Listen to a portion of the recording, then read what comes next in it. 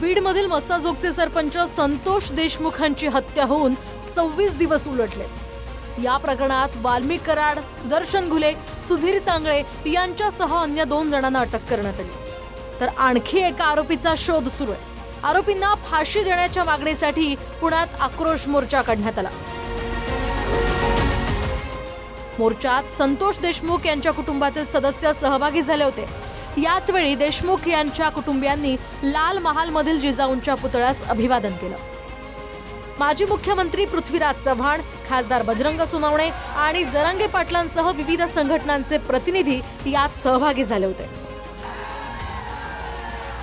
आरोपी वाल्मिक कराडला फाशी झालीच पाहिजे अशा आशयाचे फलक घेऊन नागरिक आंदोलनात सहभागी झाले।